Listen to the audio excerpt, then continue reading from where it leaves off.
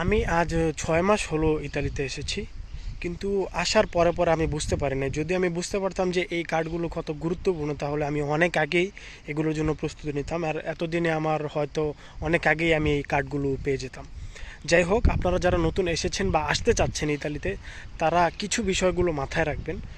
বর্তমানে ইতালির যে পরিস্থিতি, তা অতটাও ভালো না, কিন্তু অতটাও খারাপ না। আপনি এসে যদি প্রপারলি ভালোভাবে রিসার্চ করে সঠিক পদ্ধতিতে এগিয়ে যেতে পারেন, তাহলে অবশ্যই আপনি কাগজ পাবেন ইনশাআল্লাহ। বাকিটা হচ্ছে আপনার নিজের উপর ডিপেন্ড করে, আপনি কতটুকু পরিশ্রম করতে পারছেন। একটা ডকুমেন্টস তৈরির জন্য আপনি ঘরে বসে থাকলে আপনাকে কেউ এনে দিবে না।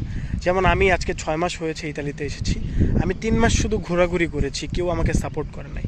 আর ইতালি এমন একটা জায়গা যেখানে আপনি সচরাচর কারো সাপোর্ট পাবেন না। কেউ আপনাকে বলবে না যে ভাইয়া কাজ আছে, কাজে আসেন। কেউ আপনাকে ইচ্ছে করে এসে বলবে না ভাইয়া কাজে আসেন। আপনাকে নিজে থেকেই যেতে হবে, আপনাকে বের হতে হবে ঘর থেকে, আপনাকে নিজেই খুঁজতে হবে। এবং যত ডকুমেন্টস লাগে না লাগে তা আপনার নিজে থেকেই খুঁজে বের করে